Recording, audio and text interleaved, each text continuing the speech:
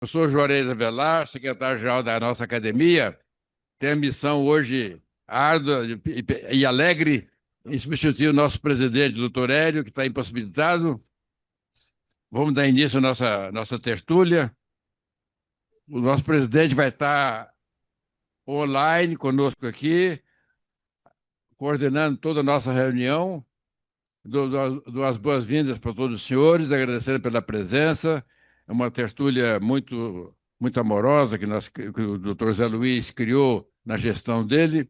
O doutor Hélio cumpre com muita fidelidade essa tertúlia da saudade.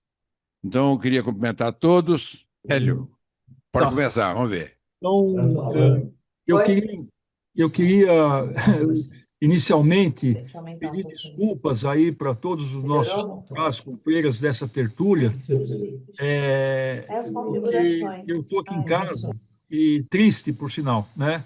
Eu gostaria de estar com vocês aí presente, como eu sempre faço, mas eu estou cumprindo ordem médica. Eu fui operado na sexta-feira passada do meu tendão aqui de calcâneo, que foi rompido. Então, eu estou cumprindo aqui uma penitência domiciliar amarga aqui de não poder sair de casa. Mas, felizmente, eu posso participar da tertúlia. Então, eu queria agradecer a todos vocês que estão presentes, agradecer também o querido Juarez Moraes Avelar, nosso atual secretário-geral, que vai coordenar a reunião aí presencialmente, e dizer para vocês o seguinte: na liturgia acadêmica, para mim, particularmente, existem três momentos que tocam muito. O primeiro momento é quando o acadêmico vai tomar posse. Ele é conduzido por membros mais antigos da academia ao recinto da academia. Isso, para mim, tem um significado muito, muito bonito, muito atraente. O segundo momento é quando esse mesmo membro que está fazendo o seu discurso de posse, ele enaltece aqueles que um dia passaram pela cadeira dele, o patrono e os seus antecessores. E o terceiro momento é esse que nós estamos vivendo hoje. É o momento em que a gente reverencia os nossos queridos confrades, confreiras, que passaram pela academia e que saíram antes de nós do plano de vista material da academia. Então, é com muita alegria que eu participo dessa tertúlia. E eu agora queria agradecer aos acadêmicos que puderam ah, ah, participar dessas homenagens. Nós temos 8 homenagens. Eu pedi para que os palestrantes tentassem se situar em torno de 7 minutos, 8 minutos. E eu queria, então, que agora projetasse os slides que eu preparei. Nós faremos as homenagens na ordem cronológica de falecimento, ou seja, dos mais antigos do ano passado até os mais recentes. Então, eu queria muito agradecer o Sérgio Bortolai Bonatti, que vai fazer uma homenagem ao querido Renato Andretto. Eu queria também agradecer muito o Bruno Zilberstein, que inicialmente eu havia pedido a ele fazer essa homenagem, mas ele teve um compromisso muito grande lá e forte na universidade e não pôde. E o Sérgio, há menos de uma semana, topou a parada e com muita alegria ele vai desempenhar essa tarefa aqui.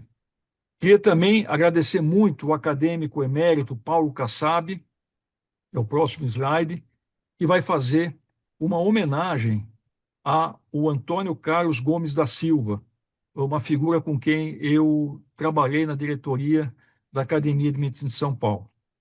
Queria agradecer muito também o acadêmico Tarcísio Eloy Pessoa de Barros Filho, que vai fazer uma homenagem ao querido Luiz Eugênio Garcês Lemes, que eu conheci dentro e fora da academia. Queria também agradecer muito o amigo, o acadêmico Antônio Carlos Lima Pompeu, que vai fazer uma homenagem ao grande professor que foi e também é acadêmico, Milton Borrelli.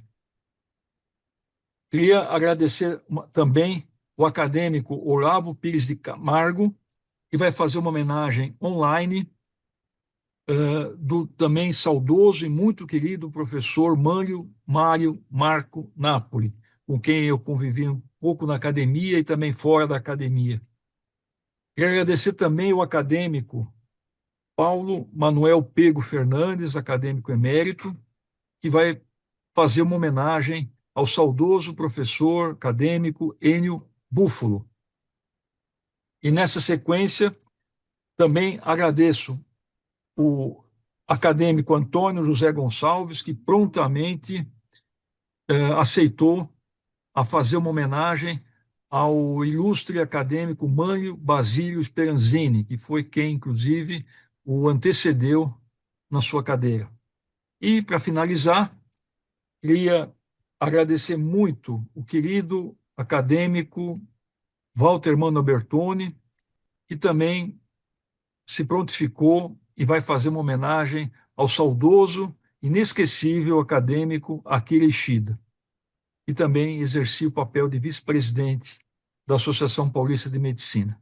Então, as saudações serão nessa ordem, e eu peço, então, que o Juarez e a Monieri ajudem a coordenar os trabalhos nessa sequência, começando com o Sérgio Bortolari Bonatti. Eu sei que tem alguns acadêmicos que vão apresentar slides e não há problema nenhum, poderão apresentar os slides, enriquecerão as falas. Então, por enquanto, eu encerro por aqui e volto depois das homenagens. Muito Obrigado. obrigado, doutor Hélio, pela sua participação ativa e brilhante, como sempre. Então, vamos ouvir o doutor Sérgio Bortolano Libonati falar sobre o nosso querido, saudoso Renato Andrés. Bom, boa tarde. Na verdade, quem deveria estar aqui é o Bruno.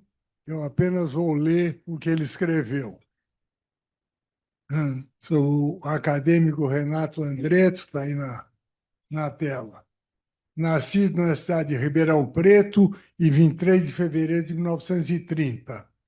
Foi da primeira turma da Faculdade de Medicina de Ribeirão Preto, da USP, formando em 1958. De 66 a 1967, tornou-se professor convidado pela Faculdade de Medicina da PUC de Sorocaba para colaborar na criação do serviço de cirurgia cardíaca com circulação extracorpórea. Em 73, defendeu sua tese de doutoramento na Faculdade de Medicina da Universidade Estadual de Campinas, Unicamp. Foi professor livre-docente em cirurgia torácica, concurso realizado na Faculdade de Medicina da Universidade de Mogi das Cruzes em 1977. Criou e coordenou, desde 2009, a primeira e única residência médica em cirurgia geral pela Comissão Nacional de Residência Médica do MEC, na cidade de Guarulhos, no Hospital Stella Maris. Foi médico titular efetivo do Serviço de Cirurgia Cardíaca Torácica e Geral do IAPB, Instituto de Aposentadoria e Pensão dos Bancários, de 62 a 65, e médico-chefe a partir de 75. Fundou o Hospital São Lucas de Diadema em 1965. Organizou o setor de transplante renal experimental do Hospital do Servidor Público Estadual, em 1967. Criou e orientou, com a colaboração do professor Albino Sorbello, os cursos de videocirurgia e sutura mecânica a partir de 1991 no Hospital do Servidor Público Estadual. E o Centro de Treinamento em Videocirurgia da cidade de Araçatuba, a partir de 1992. Durante 13 anos consecutivos, formando 1.177 cirurgiões só em videocirurgia. É detentor de inúmeros prêmios e homenagens.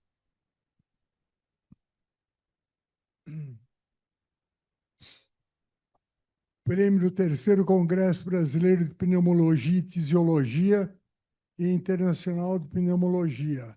Prêmio Congresso Brasileiro de Videocirurgia no Rio de Janeiro, em setembro de 94. condecoração Honra ao Mérito, otorgada pela Sobracil, uma grande colaboração na evolução da videocirurgia no Brasil e Latinoamérica, em 2002. Prêmio em primeiro lugar no Congresso Mundial de Cirurgia Plástica e Estética, realizada no Brasil em 2004. Renato Andretti foi admitido na nossa academia como membro titular em 7 de março de 97, no dia do aniversário da academia, ocupando a cadeira 12, cujo patrono é o professor Alípio Correia Neto, da primeira clínica cirúrgica da Faculdade de Medicina. Alípio Correia Neto presidiu a Sociedade de Medicina e Cirurgia de São Paulo, hoje Academia de Medicina, durante o mandato anual entre 1947 e 48, e é o patrono da cadeira 12. O professor Renato Andretti exerceu o cargo de membro do Conselho Científico da nossa academia em 2 gestões, 2005 e 2006, 2007 e 2008. Colaborou de maneira efetiva na reorganização da Academia de Medicina, onde realizou o levantamento e identificação de todos os seus membros, assim como a distribuição de suas cadeiras e respectivos patronos. Faleceu em 9 de maio do ano passado, aos 95, e foi um excelente colaborador da nossa academia. Muito obrigado. Muito obrigado, Libonati. Muito obrigado, Libonati, pela sua apresentação. Que representou muito bem aí saudou muito bem nosso querido Sérgio. Eu queria convidar agora o doutor Paulo, o professor Paulo Kassab, a falar. Vamos fazer as apresentações todas, e no final, como o doutor Hélio solicitou, alguma pergunta, alguma consideração faria no final, após a última apresentação. Então, professor Paulo Kassab. Então, boa tarde, ilustríssimo confrade Hélio Belliomini, presidente da Academia de Medicina de São Paulo, e ilustríssimos confrades e confreiras, senhoras e senhores. Antônio Carlos Gomes da Silva nasceu em 23 de outubro de 1937. Obrigado, eu vou deixar aqui. Em 1937, filho de Nilo Gomes da Silva, Justina Danelon Gomes da Silva, casado com doutora Marisa Machado Lopes, e pai de 3 filhos, a Maria Fernanda, a Maria Regina e o Luiz Celso. Foi admitido nesta academia em 7 de março, dia da nossa academia, na cadeira 123 de Rubens Monteiro de Arruda, que, como vocês verão, tem um significado profundo para mim e para ele também.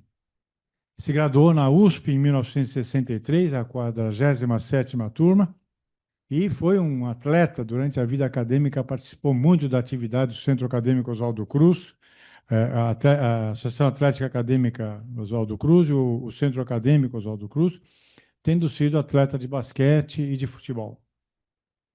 A partir de 1965, foi médico do Hospital do Servidor Público Municipal, do Serviço de Alergia, estadual, desculpe, do Serviço de Alergia, e, no ano seguinte, promovido a chefe da Divisão de Enfermaria Terapêutica, cargo que ele exerceu até 1980.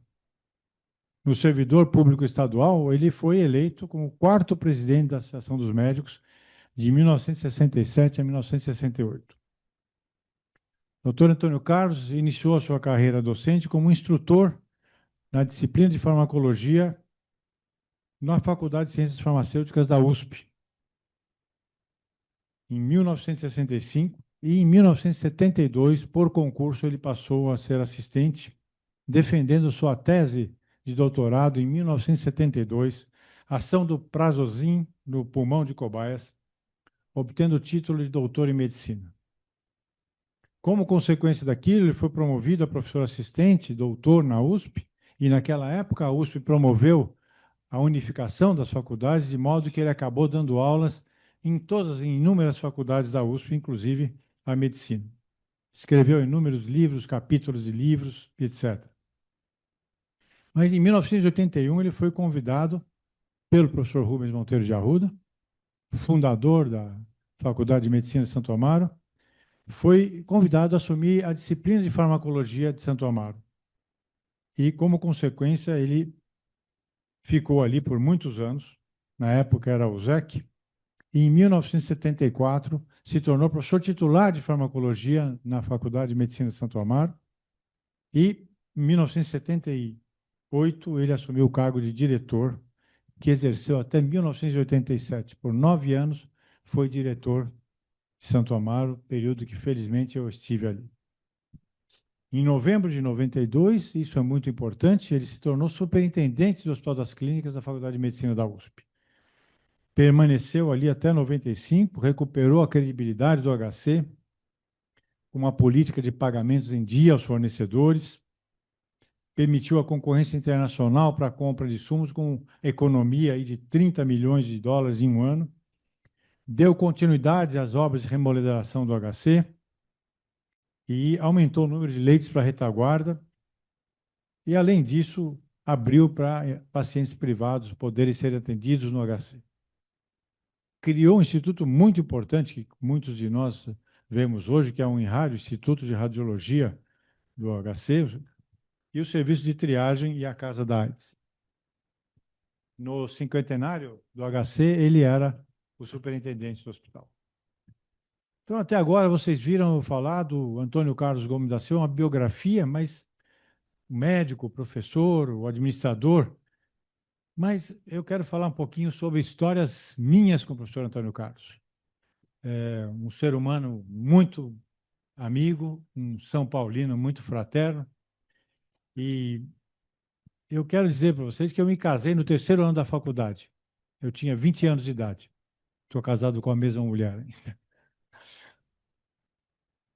E a disciplina de farmacologia era uma disciplina muito temida pelos alunos, ministrada com grande rigor pelo professor Antônio Carlos.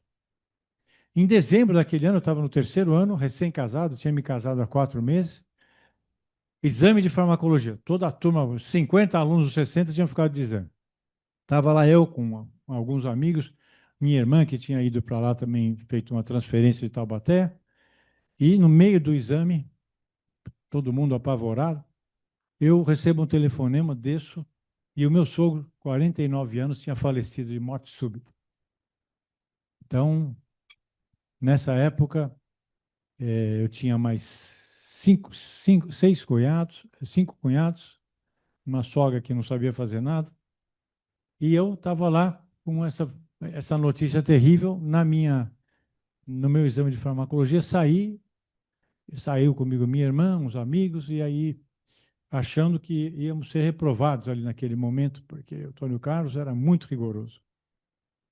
E, obviamente, a história foi diferente. Ele nos acolheu de uma maneira extraordinária, entendeu o que estava acontecendo, nos pegou todos que tinham saído, eram 4 ou 5 que tinham saído, porque a convivência era muito grande. E eu queria que passasse, por favor. Ah, está aqui, eu vou passar. Está aqui ele, diretor lá de Santo Amaro.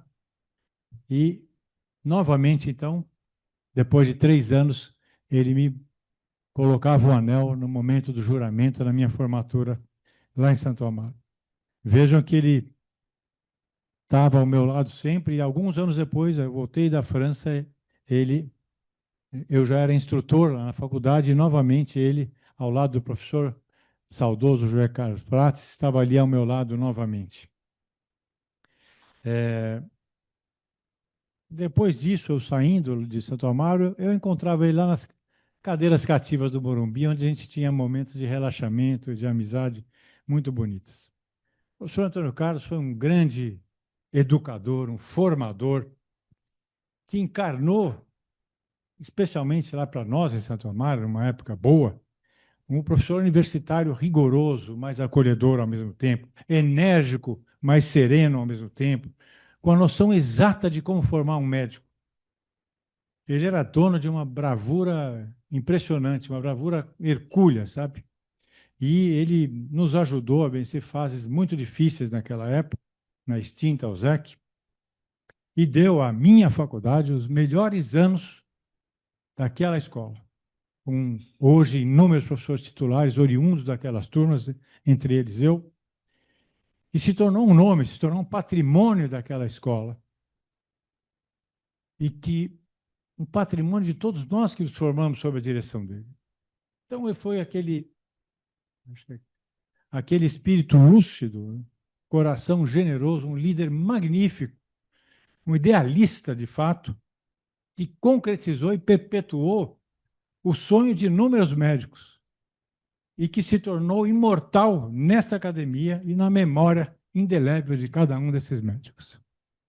Obrigado. Muito obrigado, professor Paulo Kassab, pela sua belíssima apresentação. Nosso saudoso Antônio Carlos Gomes da Silva. Convido agora o professor Tarcísio Eloy Pessoa de Barros Filho, vai nos falar sobre o nosso saudoso Luiz Eugênio Garcês Leme. Boa tarde a todos. Eu tenho hoje a honra de prestar uma homenagem e falar do Luiz Eugênio Garcês Leme. Essa honra é especialmente diferente para mim, porque eu sou colega dele contemporâneo desde a época de colegial. Acho que poucas pessoas têm a oportunidade de conviver tanto tempo. Então, fizemos o colegial juntos, depois fizemos a faculdade de medicina, e durante o período de residência, ele fez a residência na clínica médica, eu fiz na ortopedia, mas depois nossos destinos tornaram a se cruzar, porque ele foi trabalhar no Instituto de Ortopedia como um geriatra especializado em ortopedia. Nasceu em janeiro de 52, faleceu em junho de 25, e a marca que ele deixou na nossa história é a criação do que foi denominado de ortogeriatria.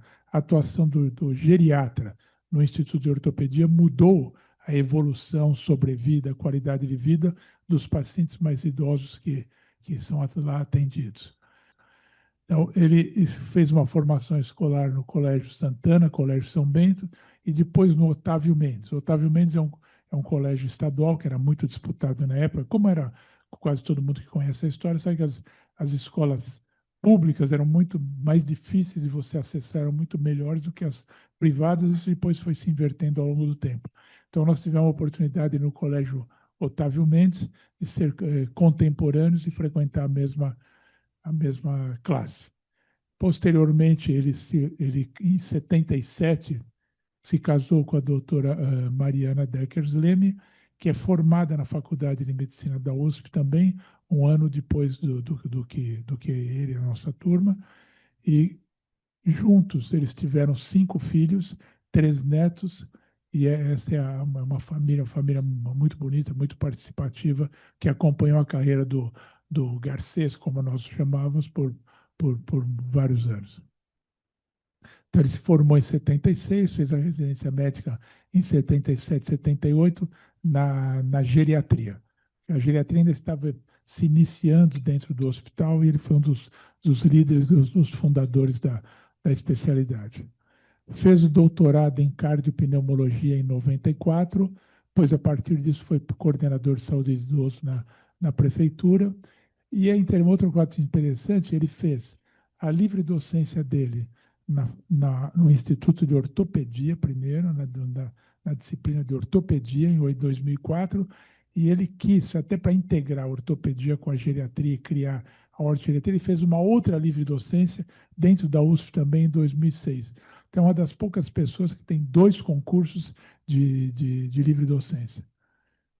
Tem inúmeras atividades e foi professor associado, professor sênior na universidade, foi titular no curso de medicina do Centro Universitário São Camilo e teve inúmeros cargos aqui. Na APM foi vice-presidente, participou da Academia de Medicina de São Paulo, membro de vários conselhos da universidade e do Hospital das Clínicas, teve uma atividade intensa nessa área aqui.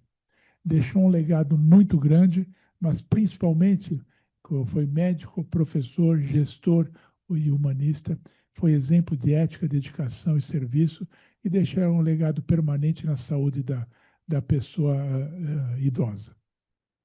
Então, eu gostaria de agradecer a atenção de todos e deixar registrado o meu respeito e minha grande amizade pelo pelo Garcês. Muito obrigado. Obrigado, professor Tarcísio, pela sua belíssima apresentação sobre o nosso saudoso Eugênio Garcês Leme. Vamos convidar agora o nosso querido confrade Antônio Carlos Lima Pompeu, que vai nos falar sobre o saudoso Milton Borrelli. Boa tarde, caríssimo presidente Ed, professor presidente Juarez, confrades, confreiras, senhoras e senhores. Eu quero inicialmente agradecer essa oportunidade de homenagear o professor Milton Borrelli. Convivi intensamente com esse mestre durante toda a minha vida universitária. Desde a residência no HC, até tornar-me aprovado nos concursos, foi aprovado para professor titular da FAMUSP e do ABC, onde, inclusive, foi o presidente... Próximo, por favor. Tá para mudar? Antes. Antes. Isso, vai, tá, aí. Onde, inclusive, foi presidente da minha banca examinadora para professor titular do ABC. Segui seus passos e exemplos por mais de 4 décadas.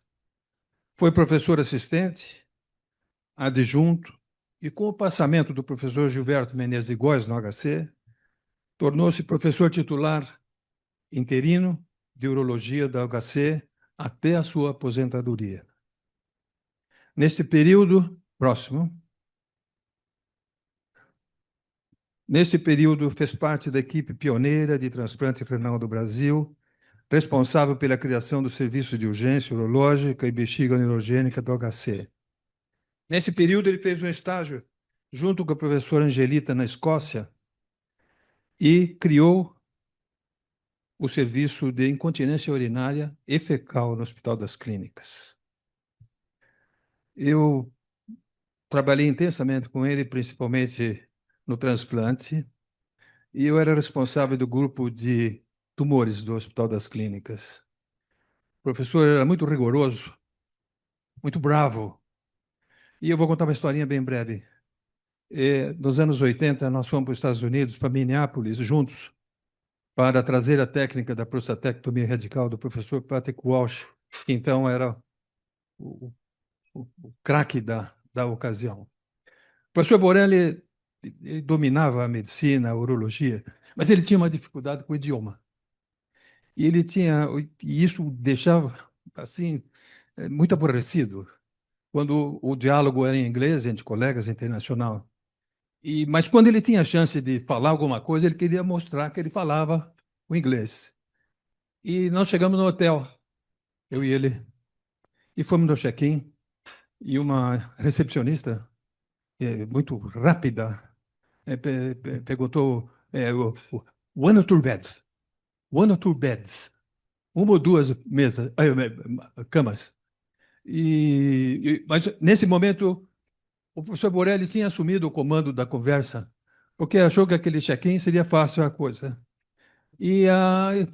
One or two beds. E ele não entendeu bem do que se tratava. E eu falei para ele, Borrelli, eu tinha essa liberdade, Borrelli, uma ou duas camas. Ele falou, couple. Sabe? Aí a moça falou, e nos deu uma... E me deu a cama de casal. Claro que nós trocamos depois. Trabalhou paralelamente 35 anos na academia da Associação de Crianças Defeituosas, onde desenvolveu o serviço inédito de neurourologia. Após a aposentadoria, foi professor titular de urologia. Próximo, por favor. De urologia do ABC. Diretor dessa faculdade, cuja gestão foi extremamente profícua. Fez parte da equipe que implantou o Hospital Mário Covas, em Santo André, tornou-se seu diretor, publicou centenas de trabalhos científicos e vários livros, orientou teses, orientou dezenas de profissionais. Em síntese, colaborou intensamente para o desenvolvimento da urologia brasileira. Personalidade forte, bravo. Descendente de italianos, ia dos gritos às lágrimas em segundos. Vivi muito isto. Adorava tocar seu violino. Homem culto. Palmeirense roxo. Teve um filho, seguinte, o Miltinho, que é um destacado urologista. Em síntese, próximo, por favor. Eu fui um privilegiado de tê-lo como mestre e amigo. Dirijo essa palavra a ele. Mestre Borrelli, nossa homenagem. Missão cumprida. Obrigado. Muito obrigado, professor Popeu. Agradecemos a sua brilhante participação. Vamos convidar agora o nosso querido Olavo Pires, confrade Olavo Pires de Camargo, que vai falar por videoconferência sobre o nosso Mário Napoli. Bom, boa tarde a todos, Aqui, professor, apresentação. confrades e confreiras. Para mim é uma honra e prazer. Muita gente já conhece o professor Napoli, mesmo não sendo ortopedista, então eu me atenho a dizer algumas coisas assim, que é da biografia, e depois eu vou mostrar a personalidade e como nós, o senhor Tarcísio está aí também, convivemos com ele num período grande, desde que nós entramos na residência até ele se aposentar. E mesmo depois ele frequentava aqui. Manlio Marco Mario Napoli, italiano, de família italiana, ele nasceu 5 de 12 de 1921, ele faleceu com 102 anos. Estudou numa escola pública, como era comum na época, e teve de professor o professor Silveira Bueno. Isso ele sempre insistia nisso, que ele gostava de ler e escrever, então ele sempre mostrou isso. É uma época assim importante da ortopedia, já que era a tríade. Nós estamos fazendo um livro, eu, Tarcísio e o Fogaça, com relação ao Instituto de Ortopedia, que já está no seu jubileu, a importância dessa tríade. Sem dúvida, o professor Godoy Moreira, o primeiro, que fez o prédio, fez tudo. Depois, Flávio Pires de Camargo, meu pai. Mas ele foi, junto com meu pai, o consolidador e o mantenedor dessa instituição que hoje nós estamos aqui como professores. Eu, Tarcísio e o Fogaça. Então, é importante isso. Ele morria de medo dele, vamos falar a verdade. Ele tinha um fusquinha branco, parava na frente. Quando parava na frente, ninguém saía, ninguém se mexia aqui. Passava ele sair, saía todo mundo atrás. Então, desde os tempos que eu era residente, eu o conheci com 4 anos de idade pelo fato da ligação com meu pai, né? Então, ele sempre falava, Lavinho, como é que vai o Palmeiras? Então, eu cresci com essa ideia dele ser roxo também pelo Palmeiras, e ele tinha muito carinho por mim porque eu vim aqui quando eu tinha 4 anos. Meu pai ia atender os doentes, eu ficava mexendo nos remédios. E depois, quando eu tive a oportunidade de entrar na residência, lógico que aí o nosso vínculo foi mais próximo, eu, o professor Tarcísio também, e é uma figura muito austero, muito competitivo, e ele é rigoroso nas coisas que ele pedia. E então a gente tinha realmente um respeito, mas um medinho bem grande dele também, porque ele aparecia de vez em quando no pronto-socorro. Eu fiquei 11 anos no pronto-socorro. De repente, no sábado à noite, ele aparecia no pronto-socorro, entrando pela porta principal. Aí era um alvoroço, todo mundo, o professor Napoli está aí, o professor Napoli está aí. Então é uma figura que se impunha pelo respeito, pelo trabalho e pela sua capacidade. Eu vou mostrando assim, ó, é característico isso dele, essa risadinha assim, a mãozinha assim. Ele formou-se na escola pública, entrou na faculdade na 29ª turma aqui da Faculdade de Medicina, de 41 a 46, junto com Tranchesi, Lodovici, Veronese e tantos outros professores e Sampaio Góes. E ele foi, logo, o professor Godoy Moreira já colocou como auxiliar de ensino um ano depois da sua formatura. E tem uma grande habilidade cirúrgica. Aqueles que tiveram a primazia, a oportunidade de entrar numa cirurgia com ele, a gente via que ele era um hábil cirurgião realmente, a delicadeza com que ele tratava todos os pacientes, e isso foi uma coisa marcante na vida dele. E ele foi o primeiro especialista em cirurgia de pé no Brasil. Depois ele fundou o grupo de pé também, mas ele foi o primeiro especialista de pé no Brasil em 1950, veja bem. E aí ele tinha uma grandes atividades e ele fez uma coisa importante, foi notadamente com o tempo, ele fez o Hospital Anchieta, junto com o professor, com vários outros, Antônio Lage, André Ursch e tudo mais, foi uma coisa importante na vida. Conseguiu ainda ter uma atividade privada, o Hospital Anchieta, perto da Escola Paulista, lá na Vila Clementino, foi muito importante, fez até residência. A gente dava aula lá também. Ele falava, você vai dar aula à noite lá, a gente ia dar aula. Então ele tinha muito orgulho do Hospital Anchieta, que foi muito importante, infelizmente agora já não existe mais. Mas em 64 ele prestou o concurso de livre docência justamente na sua linha de pesquisa mais importante, que é o tratamento cirúrgico do pé torto congênito. Cirurgia de Codivilla, para quem é afeta a ortopedia, que tem poucos ortopedistas, mas ele fez um trabalho muito pequeno, o próprio Codivilla, italiano. Ele desenvolveu e primarizou com 155 casos de pé torto congênito na cirurgia extremamente delicada e difundiu para o Brasil inteiro, seus pupilos, essa técnica. E é o pé torto congênito inveterado.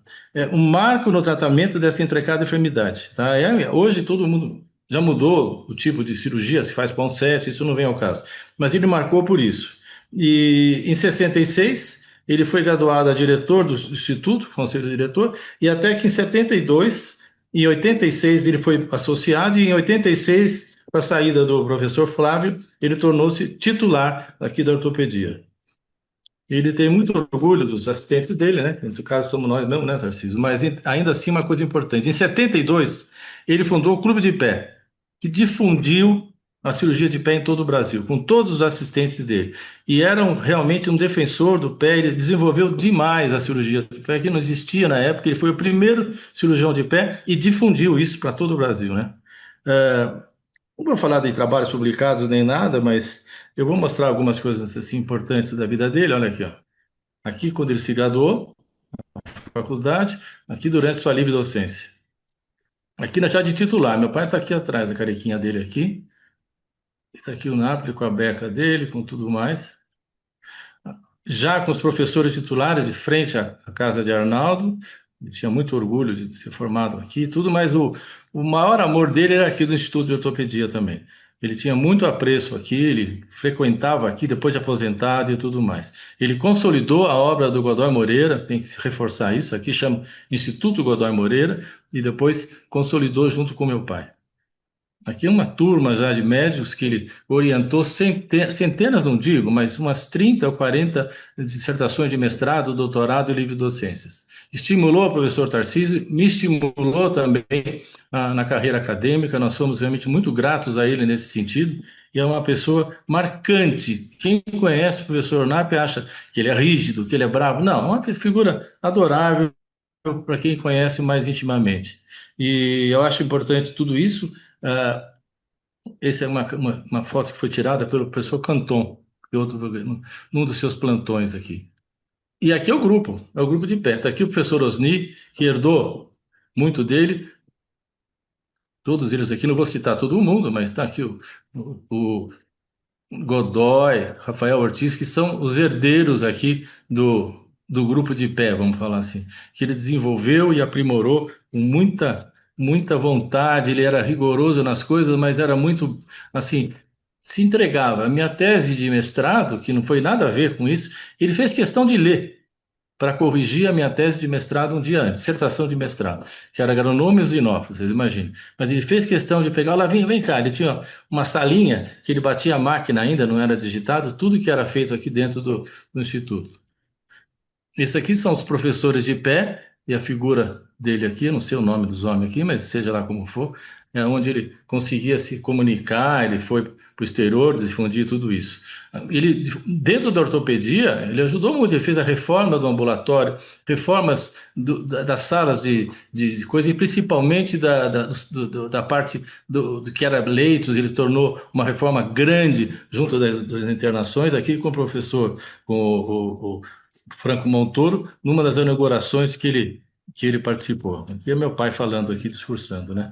Ele sempre foi o fiel escudeiro do Flávio Pires de Camargo. Isso sempre foi, sempre do lado dele, corrigindo, auxiliando. Flávio, não fala isso, fala aquilo, que o meu pai era meio impulsivo, né? Assim como eu também. Então ele sempre estava corrigindo o que o meu pai fazia. Aqui é o Hospital Anchieta, que agora não existe mais, que ele tinha muito orgulho de falar, e até o fim da vida dele, no fim, acabou sendo, sei lá, mudou a direção e acabou desistindo da coisa. A esposa dele, está aqui, a Cici, a vida inteira os dois juntos aqui numa coisa. Ele não teve filhos, mas sempre a esposa é companheira dele de mais de 60 anos de casados. Aqui os dois, um momento de relaxamento. Essa figura foi muito importante, que aqui nós convidamos o professor, já era emérito, justamente no concurso de titular do Camanho. Estou eu aqui, Ronaldo, Tarcísio. Faltou o Marco Amatuzzi aqui, que era vivo na época também, mas aqui a metade dos professores titulares, desde o Godoy Moreira, estão aqui representados. E ele fez questão de ir, ele tinha muito apreço ao Camanho também, e ao Tarcísio, talvez pelas nossas fontes esmeraldinas, né, já que tudo fanático pelo Palmeiras aqui, isso é uma questão importante. A biblioteca, que lógico, pegou o nome dele, isso aqui é o maior orgulho que a gente tem, é o coração do Instituto, é isso aqui. Eu trago os estrangeiros, tudo mais, fico um bobo de ver uma biblioteca com esse volume de publicações ortopédicas, que é data de 1953. É um acervo inesgotável que nós temos aqui. Então, ele tinha muito orgulho por ela e por isso nós chamamos a biblioteca de Professor Napoli. E, logicamente, não podia deixar de falar, ele levava a gente no jogo de futebol, ele pegava a ambulância do Anchieta, botava eu, o Tarcísio, o Camanho dentro da ambulância, a gente conseguia entrar dentro do Pacaembu, às vezes até no Parque Antártica, para assistir o jogo do Palmeiras. Eles tinham assim, um amor terrível pelo Palmeiras, assim como eu, o Tarcísio também, e o professor Napoli nos estimulava a esse tipo de coisa. Então, é uma honra e um prazer eu falar um pouquinho do que ele era, do que ele foi e o que ele representou para o Instituto nessa consolidação que nós, eu, Tarcísio, que vamos sair daqui, eu esse ano, Tarcísio daqui a 2 anos, consolidamos também e conseguimos manter unidos todos aqui dentro do Instituto de Ortopedia e então é muito orgulho a gente poder ter dado continuidade a esse legado, tá? Muito obrigado. Muito obrigado, professor Olavo Pires Camargo, pela sua belíssima apresentação, calorosa, me faz lembrar muito a vida do professor Napoli, foi um pioneiro nessa área da cirurgia do pé. Queria convidar agora o professor Paulo Manuel Pego Fernandes, nosso confrade da academia, colega de diretoria, vai nos falar sobre o nosso querido, saudoso Enio Búfalo, com quem eu convivi também lá no Sol do Coração, embora seja cirurgião plástico. Convivi muito com o Dr. Búfalo, me trouxe vai me trazer muita alegria ouvir o Dr. Pego, professor Pego. Boa tarde a todos, é um prazer estar aqui, uma honra poder participar dessa homenagem ao professor Enio Búfalo. O professor Enio Búfalo nasceu no dia 9 de dezembro de 1951 em São Paulo, cresceu no bairro de Perdizes, filho de Américo Jacó Búfalo e Lela Leme Búfalo. A esposa Elza Norma Zegre Búfalo e teve 2 filhos, a Mônica e o Marcelo. Ele formou-se em 1975, realizou residência no Hospital São Paulo e teve alguns estágios que o marcaram, como ele mesmo descrevia, que foi a anatomia descritiva com o professor Renato Locke e no HC o convívio com o professor Zerbini. Após concluir a residência, ele ingressou em tempo integral na disciplina de cirurgia torácica sob a chefia de Constabile Gallucci, a quem ele frequentemente homenageava. Atuou de forma ampla na assistência, com responsabilidades no pré- e pós-operatório como auxiliar cirúrgico. Fez alguns estágios internacionais na Cleveland Clinic, no Donald Effler, e um foco em cirurgia coronariana e revascularização do miocárdio. O professor Enio se descrevia como médico por vocação e cirurgião cardiovascular por paixão. Sua trajetória profissional se desenvolveu em paralelo com a evolução da cirurgia cardiovascular. É interessante, a gente conviveu muito tempo, certamente Hugo Felipposi na Santa Casa, o Zerbini depois no HC, mas depois teve uma geração muito, muito importante, que foi a geração do professor Enio e de vários outros contemporâneos ao Enio, que ocuparam vários cargos num período que foi chamado o período de ouro da cirurgia cardiovascular. Um pouco mais velho, o professor Adib Jatene e outros que com ele conviveram. Ele chefiou a disciplina após a aposentadoria do professor Gallucci E foi vários cargos na Unifesp, na Escola Paulista de Medicina, como secretário de departamento, chefe de departamento de cirurgia e coordenador da pós-graduação. Ele fez doutorado em 1973, livre docência em 77 e se tornou professor titular em 1979. Ele certamente passou para a escola, passou para a história como sendo um dos desenvolvedores da revascularização do miocárdio sem circulação extracorpórea. O professor Enio, assim como o professor Benetti, na Argentina, e o professor Calafiore, na Itália, foram os precursores da cirurgia cardiovascular, da revascularização do miocárdio sem SEC, a nível internacional. E ele certamente tem vários marcos aqui dessa cirurgia sem SEC, aqui o Búfalo e o Benetti chamando a atenção sobre isso. Esse reconhecimento mundial se refletiu de várias formas. Uma delas teve uma homenagem na ilha de Kos, na Grécia, em 2008, em que ele teve seu nome eternizado com tijolo no monumento a Hipócrates. Então, aqui, essa foto de vários professores do mundo inteiro que foram homenageados na ilha de Kos. Na cirurgia endovascular, o professor Enio também teve uma repercussão enorme nos tratamentos de aneurismas e dissecções de aorta, especialmente na aorta descendente, tanto a nível nacional como a nível internacional, participando inclusive numa matéria da BBC em Londres sobre esse assunto. Ele tive a oportunidade de participar desse simpósio internacional, que ele trouxe vários nomes muito importantes sobre a aorta, e ele batalhou bastante na vida inteira sobre uma formação, uma subespecialização em doenças da aorta. E agora, em 2025, isso foi uma pena, porque ele foi indicado, e isso é uma coisa muito rara, até onde eu sei, ele foi o primeiro brasileiro a ser indicado para esse Lifetime Achievement Award da International Coronary Congress, que foi agora, no final do ano, em dezembro de 2025. Ele já tinha aceito, já estava tudo certo que ele iria participar, e nesse meio tempo ele descobriu a doença, foi uma coisa rápida, ele descobriu a doença e acabou falecendo poucos meses antes dessa homenagem. Tem uma enorme produção científica do ponto de vista de trabalhos e repercussão, como eu falei. Eu tive a oportunidade de conviver bastante com o professor Enio por fazer parte da mesma especialidade e tive o privilégio que ele participasse em duas das minhas bancas, no doutorado e na livre docência. Aqui com os demais membros da banca de doutorado, o professor Samir Haslan, aqui presente, também fez parte, membros nossos aqui da academia, o professor Neidir Stolf, o professor Fábio Jatene, também fizeram parte dessa mesma banca, e o professor Danton Lures, de Curitiba, que infelizmente já faleceu precocemente, de morte súbita. No concurso de livre docência, da mesma forma, tive novamente o privilégio de ele participar dessa banca, e a partir dali ele comentou na arguição, falou: Paulo, você me considere seu padrinho. E a partir dali, eu, durante a vida inteira, onde eu encontrava com ele, eu falava: bem, sou padrinho, né? E a gente conviveu bastante, brincou bastante, felizmente.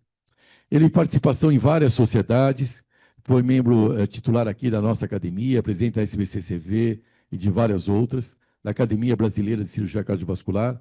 Aqui uma foto da Academia Brasileira de Cirurgia Cardiovascular, da qual também tenho o privilégio de participar, e aqui a foto do professor Enio, bem aqui na frente, entre vários outros professores, e eu vou tomar depois a liberdade de mandar esse vídeo em homenagem no nosso grupo de WhatsApp e no nosso grupo da Sociedade, da Academia Brasileira de Cirurgia Cardiovascular, que ficaram, obviamente, muito consternados com o falecimento do professor Enio.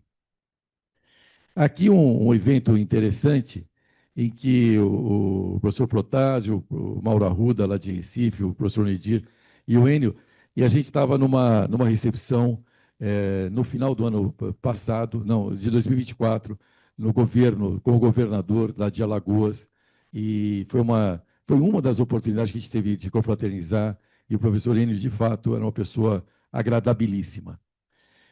E aqui tem alguns dados, que alguns eu já conhecia, mas outros me surpreenderam. Este foi um dos que me surpreendeu. Essa Gazeta Esportiva do Prêmio de Futsal em 1963 foi uma coisa muito interessante. Ele era um exímio jogador de futebol de salão. E ele foi campeão paulista de 64 junto com o Rivelino, no mesmo time do Rivelino. Eu sabia que ele te jogava, mas não sabia que jogava tanto. E aqui, mais do que isso, isso foi uma inacreditável. Assim, isso, para mim, essas coisas que vale a pena a gente poder homenagear, porque a gente vai atrás de detalhes que a gente acabou conhecendo póstumamente.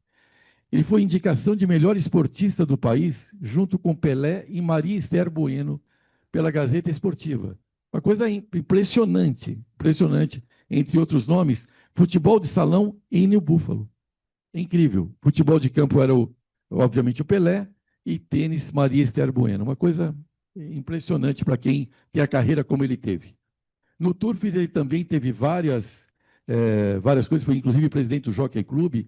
Eu cheguei a ser convidado por ele para participar de reunião com ele na baia que ele tinha vários cavalos de corrida lá dentro do Jockey Club. A gente teve algumas reuniões lá para discutir programação de congresso científico, e ele foi aqui também homenageado. Ele, com um dos cavalos, teve vários cavalos que ganharam vários prêmios. Vomage ganhou o Grande Prêmio de São Paulo em 1993, Puerto Madeira, Derby Paulista em 99, um grande prêmio latino-americano de G1, e tem várias outras histórias que, por motivo de tempo, obviamente, eu não vou contar, algumas que eu escutei diretamente dele, mas muito interessante. E aqui a Aras de Moema, com várias fotos, com vários prêmios em que ele ganhou ao longo da vida. Aqui fotos com a família, a Mônica, filha dele, o filho, infelizmente, também faleceu precocemente. A filha, a Mônica, é casada com o Sangue, que é meu colega de turma, e fez ginecologia. Em uma parte, agradeço, inclusive, alguns slides familiares que o próprio Sangue que me cedeu, que eu não teria acesso caso ele não tivesse me cedido, e aqui a neta dele, ela é aqui criança e aqui já adulta. Já adulta, não, ela é jovem, deve estar com uns 18 anos hoje. Então, o seu legado permanece na história da cirurgia cardíaca e na memória de todos aqueles que conviveram com ele.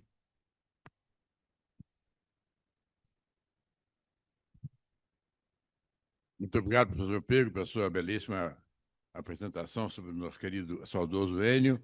Eu tive o privilégio de conviver com ele durante quase 40 anos lá no Hospital do Coração.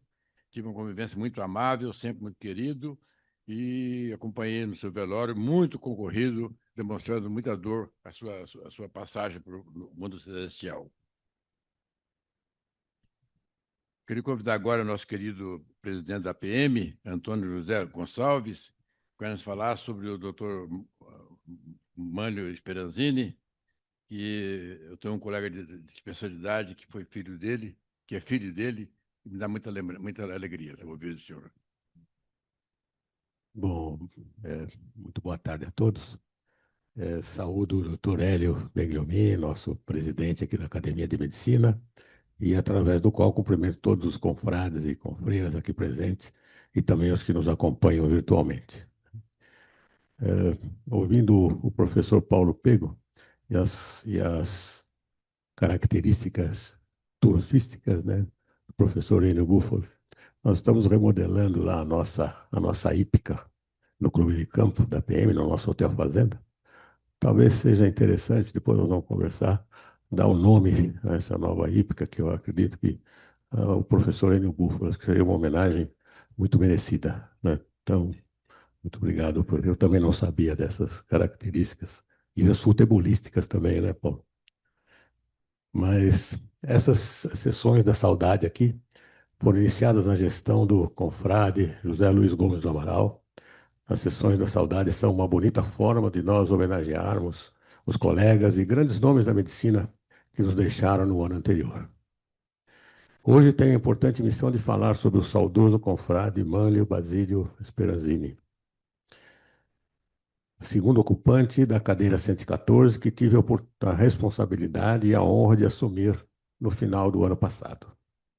Mânlio Basílio Speranzini, filho de João Speranzini e de Velha Buna Bene Speranzini, nasceu no bairro do Cambuci, São Paulo, em 22 de setembro de 1931.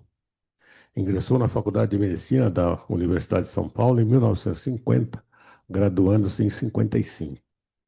Durante o curso de medicina, foi plantonista do Banco de Sangue do Hospital das Clínicas, do SAMDU, Serviço de Atendimento Médico Domiciliar de Urgência da Prefeitura, e também da Maternidade de São Paulo.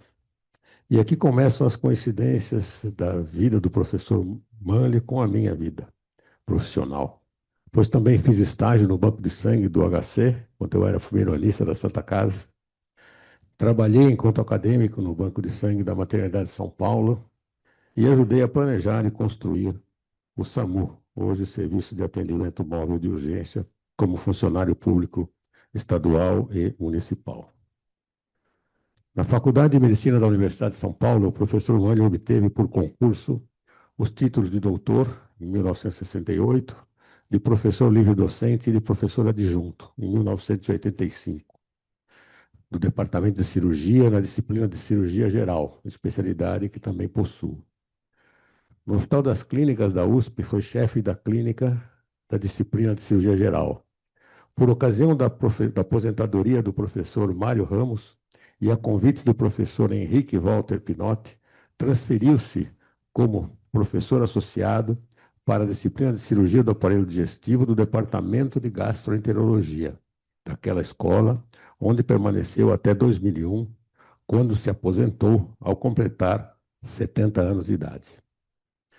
Em 1971, a convite, assumiu o cargo de professor titular de propedêutica e técnica cirúrgica da Escola de Medicina e Cirurgia de Uberlândia, onde permaneceu até 1974, quando se transferiu para a Faculdade de Medicina de Taubaté, como professor titular convidado, em 74, e posteriormente, 4 anos após, em 1978, como professor titular concursado.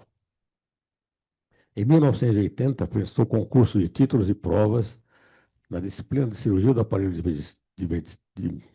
do aparelho digestivo da Faculdade de Medicina da Fundação do ABC, assumindo o cargo de professor titular. Em 2010, recebeu o título de professor emérito. Manley Speranzini foi professor, colaborador em vários cursos de pós-graduação, na USP, no Instituto Brasileiro de Pesquisa em Gastroenterologia e na Escola Paulista de Medicina. Também participou do curso de pós-graduação da Faculdade de Ciências Médicas da Santa Casa de São Paulo, a minha escola, como professor convidado. Com isso, tive a oportunidade de ser avaliado por ele em uma aula que dei sobre pancreatites pós-operatórias, na qual ele me fez críticas inesquecíveis, e lembro até hoje.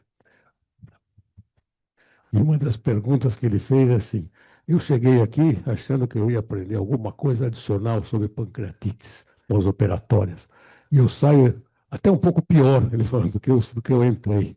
Né? Então, isso nos ensina, sempre nos ensina, principalmente esses episódios, né? E sempre que eu vou dar uma aula agora, eu sempre penso qual é a mensagem que eu tenho que transmitir nessa aula, né? E isso é extremamente importante para todos nós que damos aulas. Então, foram críticas realmente construtivas, né? No conjunto hospitalar do Mandaqui, onde fui chefe do pronto-socorro por 8 anos,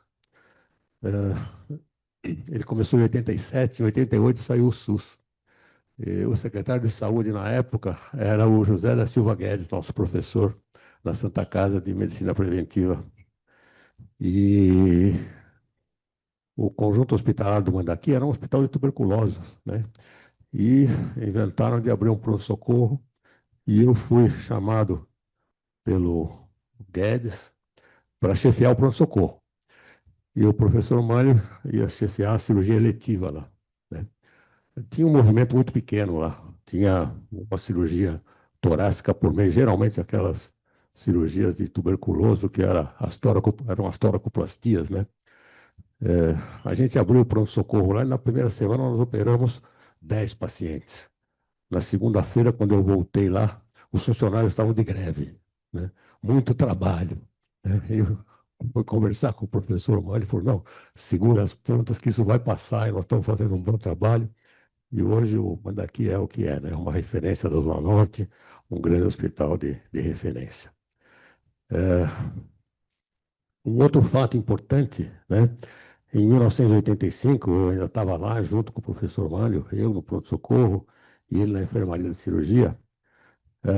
Nós acatamos uma determinação do secretário de saúde, na época, o governo era o governo Montoro, o doutor João Yunes era o secretário da saúde, e eles determinaram a vinda do internato de quinto e sexto ano da Faculdade de Medicina de Jundiaí para o Complexo Hospitalar do Mandaqui. Aquela escola, uma escola bastante tradicional e importante, né, aqui em São Paulo, e no Brasil, obviamente, teve uma ordem de fechamento por desentendimentos que foram solicitadas pela prefeitura, né, por desentendimentos da prefeitura com a diretoria da escola, da Faculdade de Medicina de Jundiaí. E nós acolhemos a escola, eles ficaram lá por 2 anos, 88 e 89. Depois disso, essa decisão judicial foi revogada e a Faculdade de Medicina de Jundiaí continuou os seus trabalhos, voltando então para a cidade de Jundiaí. E a gente teve um apoio importante do Mânlio aí nesse episódio. Meu antecessor, então, nesse sodalício, ele possui 230 trabalhos publicados, 50 capítulos de livros. Também desempenhou várias funções aqui na Associação Paulista de Medicina, que hoje tenho a honra e a responsabilidade de presidir, desde 23, sucedendo o professor José Luiz Gomes do Amaral, além de ter contribuído também com a Federação Brasileira de Gastroenterologia, com a Sociedade de Gastroenterologia e Nutrição de São Paulo, com o Colégio Brasileiro de Cirurgia Digestiva e de Cirurgiões, entre outras instituições. Descanse em paz, professor Mânlio, e que um dia nossos caminhos voltem a se cruzar. Muito obrigado. Muito obrigado, professor Antônio José Gonçalves, pela sua calorosa apresentação sobre o nosso saudoso professor Speranzini, que eu conheci um pouco da história dele através do meu colega Mauro Speranzini, que é filho dele. Vamos ouvir agora do nosso querido confrade Walter Mana Albertoni, para falar sobre o nosso querido saudoso Akira Ishida, que estava conosco aqui na última tertúlia do ano passado. Bom, boa tarde a todos. Inicialmente, eu quero agradecer o privilégio, dentre tantos amigos do Akira, eu ter sido designado para falar sobre ele. O doutor Akira Ishida ocupava a cadeira 67 dessa academia, tendo como patrono Afonso Régio de Oliveira Fausto. E a sua admissão foi em 7 de março de 2012. Ele nasceu em setembro de 51, em Novo Cravinhos, no município de Pompeia, no interior de São Paulo. Era o filho caçula de uma prole de 10 filhos do casal de imigrantes japoneses Tadashi Ishida e Ito Ishida. Ele foi criado em Marília, onde cursou o grupo escolar, ginásio e colegial em escolas públicas. Em relação à família, que está registrado o Akira, com a sua querida esposa, Maria Aparecida, Cidinha, e a filha Renata. O Akira também pertenceu à Academia Brasileira de Ortopedia e Traumatologia, ABOT, que foi fundada há 4 anos. Ele era acadêmico titular fundador da cadeira 32, tendo como patrono Marino Lazareschi. Na Escola Paulista, o Akira ingressou em 71 e se formou em 76. Na disciplina de ortopedia e traumatologia, na gestão do professor Marino Lazareschi, ele foi chefe do pronto-socorro de ortopedia, responsável pelo ambulatório geral, chefe de enfermaria, professor assistente e professor adjunto. Na sequência, a partir de 1984, já sob a chefia do professor José Laredo, ele fez um mestrado em 85, doutorado em 91. E com a criação do Departamento de Ortopedia, ele foi chefe de disciplina da ortopedia pediátrica, fez sua livre docência em 99, foi chefe do Departamento de Ortopedia de 99 a 2001 e fez o concurso de titular em 2006. E nessa foto ele está aqui no dia do concurso dele, comigo e com o professor Falopa. Dedicou-se sempre à ortopedia pediátrica, tendo como linha de pesquisa a doença de Legg-Calvé-Perthes. E em 1997, eu destaquei esse prêmio que ele teve no Congresso de Ortopedia e Traumatologia em Mápoli, quando ele teve o melhor trabalho apresentado dentro do tema da doença de Perthes. O Akira teve uma produção científica muito grande, certo? Sempre muito ativo, participando de congressos, publicando, enfim, orientando teses. E, sobretudo, foi um colega muito voltado para a parte associativa. O Akira não tinha diretoria, ou de sociedade de especialidade, ou da MB, ou da APM, quem se elegesse convidava o Akira para alguma coisa. O Akira estava sempre disposto.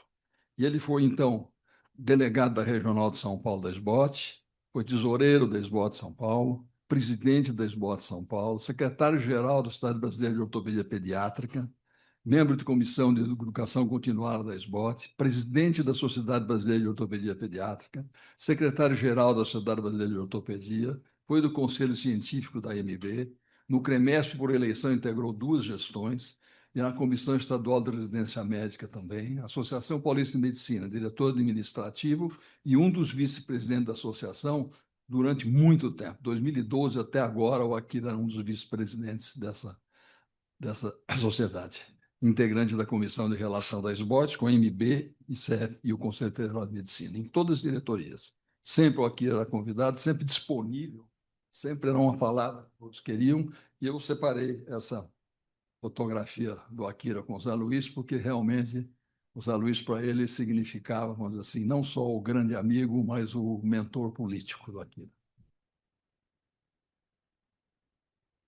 Num convívio recente, foi setembro de 25, no meu aniversário, eu tive a satisfação de poder receber o Akira com a Cidinha, né, que está o professor Falopa também, o Fernando Baldi, comigo, minha esposa e outro colega, né, Geraldo. Em novembro, durante o Congresso Salvador, nós tivemos o almoço na nossa Academia de Ortopedia. Lá estava o Akira presente, que uma coisa muito recente. Quer dizer, para nós, o falecimento do Akira foi algo surpreendente, não só pela idade dele, como o fato de ter acontecido de maneira muito repentina, em plena época de Natal. O que eu posso dizer, terminando sobre o Akira? Nós sabemos que a vida é finita e que ninguém sobreviverá ao tempo. Mas a morte de pessoas muito queridas e especiais como o Akira nos atinge emocionalmente de maneira muito forte. O Akira marcou sua trajetória no nosso departamento de ortopedia, na Escola Paulista de Medicina, na Sociedade de Ortopedia, na Associação Paulista de Medicina, na AMB, na Academia de Medicina de São Paulo, na Academia de Ortopedia, na SPDM, na Colsan, no CREMESP, em todos os lugares, de maneira muito competente, ética, cortês e conciliadora. O Akira era o amigo de todas as horas, sempre alegre e disponível, respeitoso e leal. Vai fazer muita falta e jamais será esquecido. E eu separei, entre muitas manifestações que houveram das associações todas, na Academia Brasileira de Ortopedia, o ex-presidente, que é o André Lesch, que era o atual diretor de comunicação, essa mensagem que o Lesch colocou, eu achei que deveria, com ela, encerrar essa sessão. As reuniões da executiva da SBOT, né, não serão mais as mesmas. Algumas assembleias da SBOT e as executivas são chatas por definição, prestação de contas, elogios, etc. O que todos nós esperávamos sempre era mesmo pelo momento Akira, expressão cunhada pelo nosso colega Tarcísio, Eloy Pessoa de Barros Filho, e ali estava ele, o Akira Ishida, de pé, dedo em riste, informando sobre algo grave, gravíssimo que estaria por acontecer. O seu relato impressionava porque não envolvia pessoas, apenas fatos, e a eloquência seguia por minutos a fio, e todos gostavam deste momento. Ao final da reunião, ele repetiria tudo o que falou a um pequeno grupo que se formava ao seu redor sempre. O Akira salvara mais uma reunião da executiva. Obrigado, Akira, por trazer lucidez, leveza, astúcia e comprometimento à nossa sociedade de ortopedia. As reuniões da executiva não serão mais as mesmas, Celebraremos o teu impressionante legado na próxima reunião com o Minuto Akira. Um ato de homenagem ao ser humano excepcional. Você sempre foi. Vá em paz, querido amigo. Muito obrigado.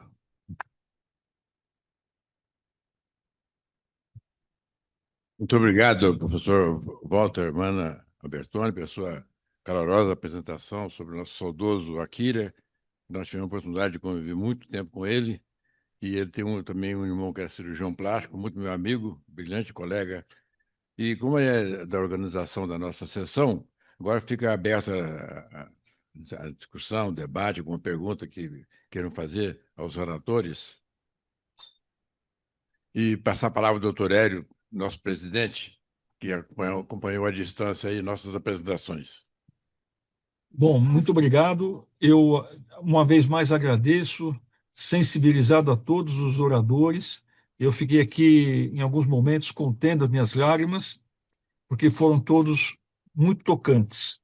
Permitam-me enaltecer enquanto vocês terminam o almoço aí, se já não terminaram, enaltecer, como eu sempre faço, algumas pessoas, e enaltecendo essas pessoas, eu também quero enaltecer a nossa academia. O nosso acadêmico Ricardo Ferreira Bento, membro emérito, ele foi entrevistado na revista Vox Otorrino, na edição recente. O nosso acadêmico honorário, Antônio Braga Neto, ele, além de ter ganho o primeiro lugar no prêmio Pesquisador Inovador da FAPERJ, ele também, no começo do ano, foi eleito o presidente do Conselho Regional de Medicina do Rio de Janeiro, e também ele deu uma entrevista no jornal Globo sobre o ENAMED enfocando as faculdades do Rio de Janeiro. Eu queria também cumprimentar o Juarez. O Juarez é um exemplo não somente no físico, como também no intelecto. Para quem não sabe, o Juarez é um esportista. Com toda a juventude dele, é um esportista. O Juarez, no final do ano, ele correu 14,5 km da maratona da São Silvestre e chegou até o final bem, né? Não estava cansado, segundo ele aí.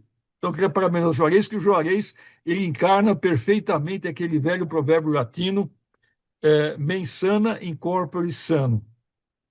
E também, agora, da parte intelectual, para quem não sabe, o Juarez foi eleito também membro honorário da Academia Campinense de Letras e tomará posse esse mês.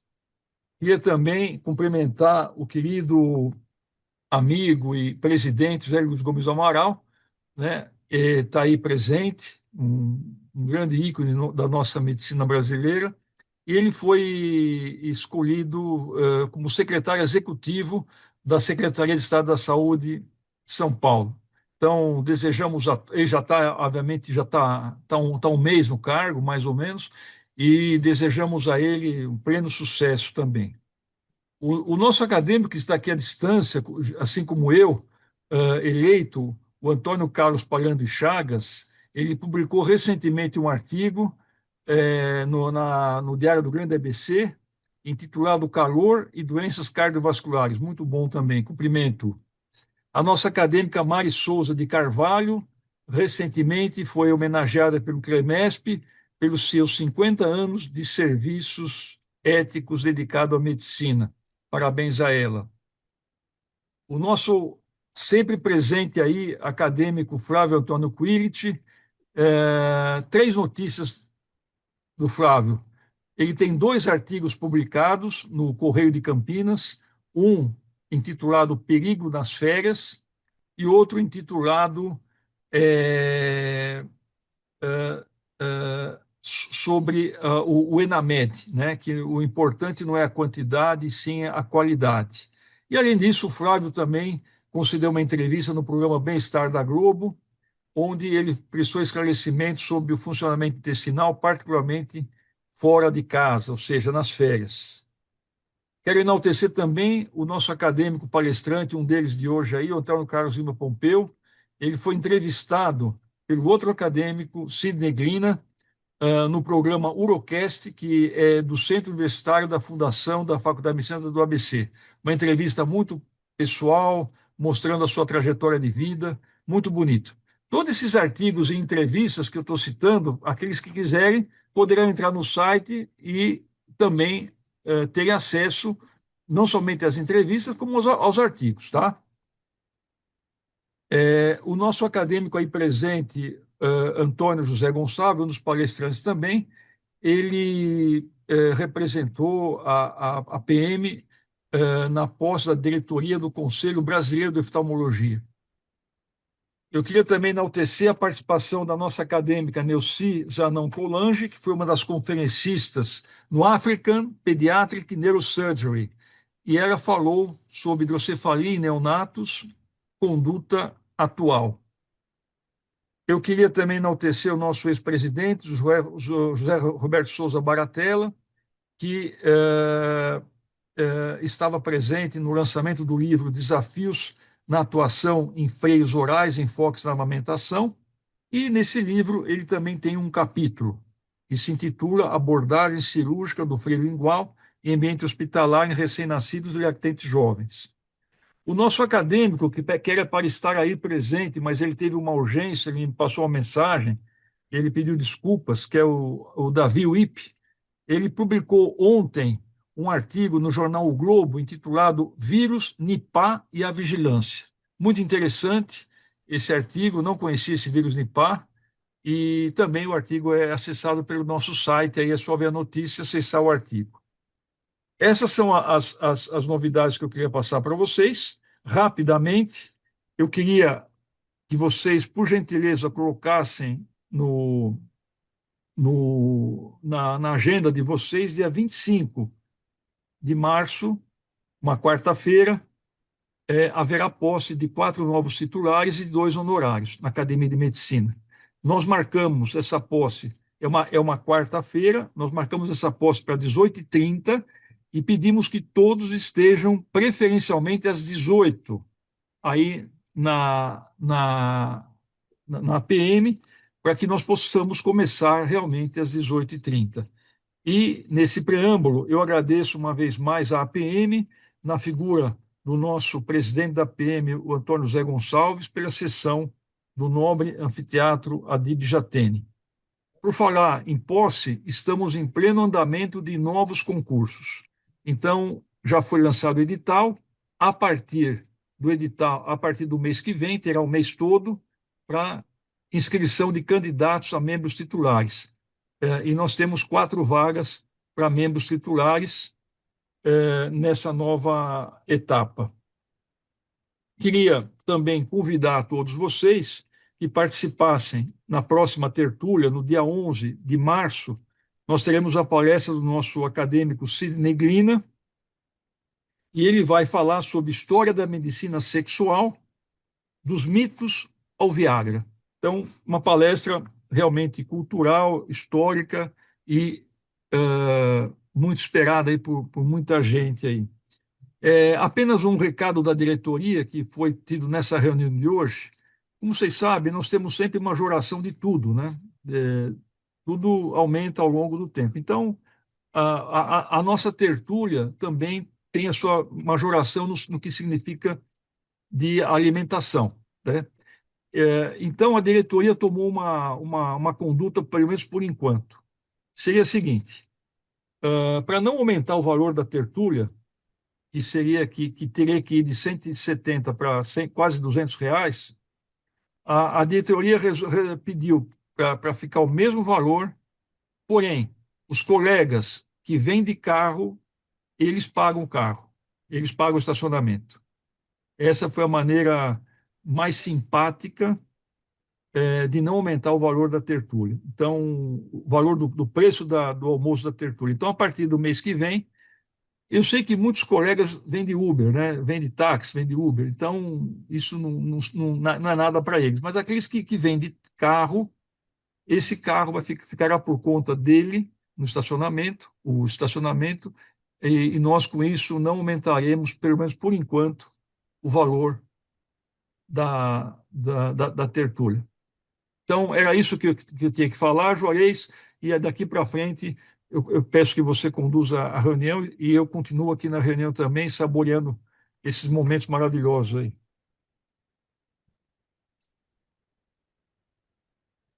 Muito obrigado, presidente Hélio, pela sua brilhante participação, daí à distância na recuperação. Desejamos que recupere rapidamente para voltar aqui à nossa querida PM e à academia, viu?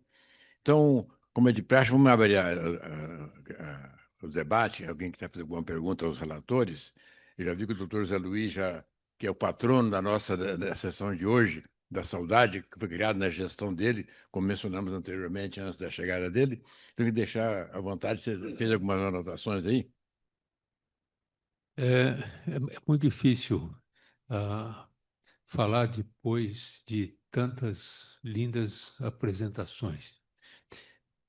Eu gostaria de cumprimentar o nosso presidente, Hélio Belliomini, por pelo trabalho que vem realizando à frente desse sodalício, cumprimentar o presidente dessa sessão, aqui presencialmente, Juarez Avelar, também meu presidente da Academia Cristã de Letras, cumprimentar o meu presidente, Antônio José Gonçalves, da Associação Paulista de Medicina, cumprimentar o doutor José Roberto Baratella, também presidente dessa casa, meu queridíssimo amigo Jurandir Marcondes, presidente da Academia Paranaense de Medicina e também membro desta casa, e cumprimentar o meu reitor, Walter Albertoni.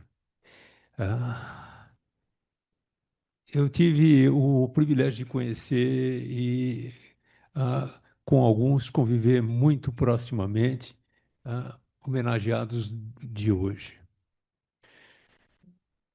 De dois deles, são os médicos da minha família, que hoje se encontra desprovida de tanta assistência, tanta empatia, tanto apoio, tanta solidariedade, que foram o Garcês e o meu irmão, Akira Ishida.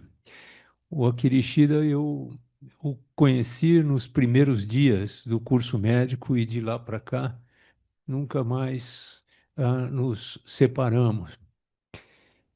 Entre eu e o Akira Ishida havia um outro amigo muito próximo, muito querido, e chamava Henrique Sodré, um outro ortopedista. O Akira foi também irmão e amparou o Henrique em todos os momentos difíceis da vida dele, com uma dedicação que nos deixava encantados. Não é possível alguém se dedicar tanto a um colega como o Akira fez com relação ao nosso caríssimo Henrique Sodré. Henrique Sodré foi o tempo que eu vivi fora do Brasil, ele era meu procurador. E com o Henrique e com o Akira tive um momento interessante.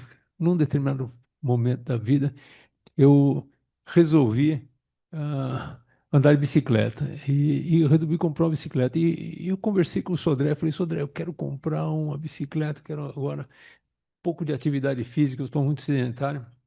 O Sodré falou, eu já tive um surto parecido com esse que você está tendo agora, e, e comprei uma Caloi 10. E quer comprar a minha Caloi 10? Pô? A minha Caloi 10 está pendurada lá. Eu falei, não, eu ainda estou surtado, vou comprar. E comprei a Caloi do Henrique. E nós sempre conversávamos sobre isso. Depois, e a Caloi sempre na minha garagem também, nunca andava nela. Aí, passado um tempo, perdemos o Henrique, eu comentava, brincava sempre com isso, com essa história da Caloi 10 com a Akira. E quando nós perdemos o Akira, há poucas semanas, né, eu estava saindo de casa no elevador, eu olhei e vi a Caloi 10 pendurada na garagem do prédio. Falei, eu vou restaurar essa bicicleta e vou começar a passear nos fins de semana em homenagem a esses dois colegas. E eu estou fazendo isso. Ela está restaurada, está linda, linda, originalzinha, 1974. E os fins de semana, então, eu tento fazer isso, sempre lembrando dos dois, dessa dupla. O Akira foi é o meu irmão. Eu só tenho uma irmã, ele faz parte da minha vida. Ele era o médico mais querido da minha mãe, que hoje tem mais de 100 anos, e ela, ela se amparava no Akira e no Garcês. E sempre me perguntava: "Bom, quando é que eu vou ver o Garcês de novo?" Ela ainda me pergunta isso. Eu falei: "Não, o Garcês não tá clinicando mais, enfim." Mas, ah, e vai ser difícil dizer para ela que o Akira não está clinicando mais, mas, enfim, será. Quando ela me perguntar, nós vamos chorar juntos mais um pouquinho. Esse foi o meu irmão Akira. Fiquei maravilhado com as apresentações desses dois colegas. Muito obrigado, Tarcísio, e muito obrigado, Albertoni. Foi muito bom. A academia sofre e lamenta muito a perda de tantos colegas brilhantes esse ano que acaba de passar. Mas a academia também se tornou muito maior, muitíssimo maior, em função da presença deles entre nós. E a presença deles entre nós será eterna, celebrada a cada vez que um novo acadêmico ocupar as cadeiras pelas quais eles passaram, e será celebrada nos livros do nosso querido Hélio Bellomi, que faz sempre questão de nos preservar a memória de tantos daqueles que por aqui passaram. Muitíssimo obrigado por este momento, Akira. Que, muito obrigado. Muito obrigado, doutor Luiz, pessoal calorosa e afetiva manifestação. E queria deixar então em aberto agora para o presidente, se quiser fazer um comentário, alguma pergunta, alguma indagação. Doutor Rui Teles, primeiro da esquerda, oi, doutor Rui Teles. Oi. Eu sou da esquerda só aqui na mesa. Só aqui na mesa.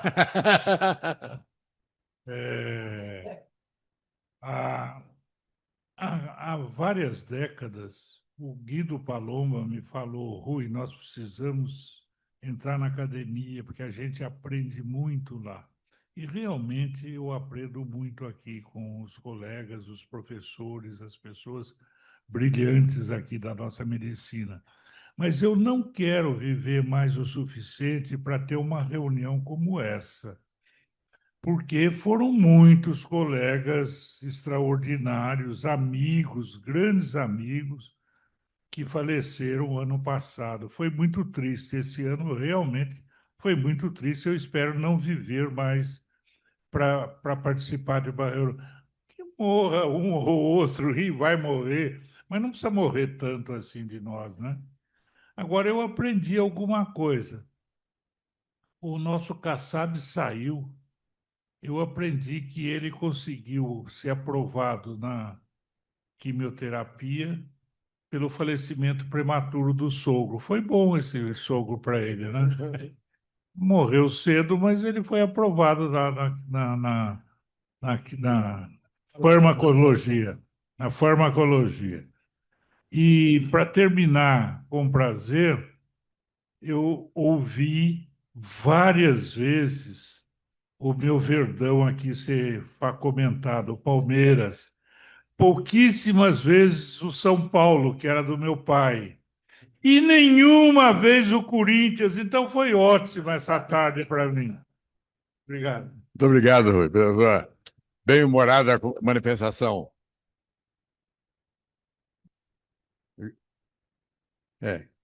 Jurandir, nosso querido colega. Bom, boa tarde a todos, meu presidente Hélio. Lamentamos a tua ausência aqui, eu não sabia do teu problema aí, né? Conversamos recentemente, você estava em Portugal, né? Na maravilhosa Portugal, e infelizmente foi acometido desse problema aí. Presidente Juarez, presidente Antoninho, presidente Zé, vários colegas, o meu é bem rapidinho. Primeiro, claro, parabenizar todos os confrades, as confreiras, né, por esse momento histórico, é realmente muito importante. E parabenizo aqui o meu presidente Zé Luiz pela brilhante ideia de poder homenagear essas figuras ilustres, essa pleiade de brilhantes colegas. Mas eu queria ressaltar aqui a semelhança do que o presidente José Luiz fez, do meu colega Akira. Realmente, o colega Akira, né, Toninho? Nós estivemos juntos vários anos na Associação Médica Brasileira. Ele foi uma figura extraordinária. Com trabalho na última gestão, até a gente brincava, ele tinha escorpião no bolso. Tal era a sua competência, a sua responsabilidade e a sua sensibilidade com o dinheiro da Associação Médica Brasileira. Então, é uma perda absolutamente lamentável. Mas eu tenho absoluta certeza, meu presidente José Luiz, que ele está lá ao lado de nosso Deus. Obrigado, presidente Juarez. Obrigado, presidente Hélio, por esse momento importantíssimo nas nossas vidas. Obrigado a você, doutor Jandir, por sua presença com nós. Alguém quer fazer algum comentário, alguma colocação? Aqui do lado direito. Realmente, lamentavelmente, nós temos que conviver com a finitude da vida. Essa consciência que nós humanos temos é uma que nos carrega a todo instante, né? Então, por mais triste que seja uma sociedade como essa, mas me faz relembrar, como o doutor Zé Luiz mesmo mencionou, quer ver, eles serão relembrados toda vez que um novo acadêmico ocupar a cadeira onde eles passaram. Então, essas informações de hoje serão repetidas ad eterno, enquanto existir na nossa academia. Então, eu queria agradecer, em nome do doutor Hélio, que está à distância nos assistindo, queria agradecer a oportunidade de estar com os senhores aqui hoje, no lugar do doutor Hélio, uma missão difícil, substituir o doutor Hélio nessa reunião nossa aqui, mas me deu muito prazer e agradecer a presença de todos os senhores, viu? Muito obrigado. Então, até a próxima reunião.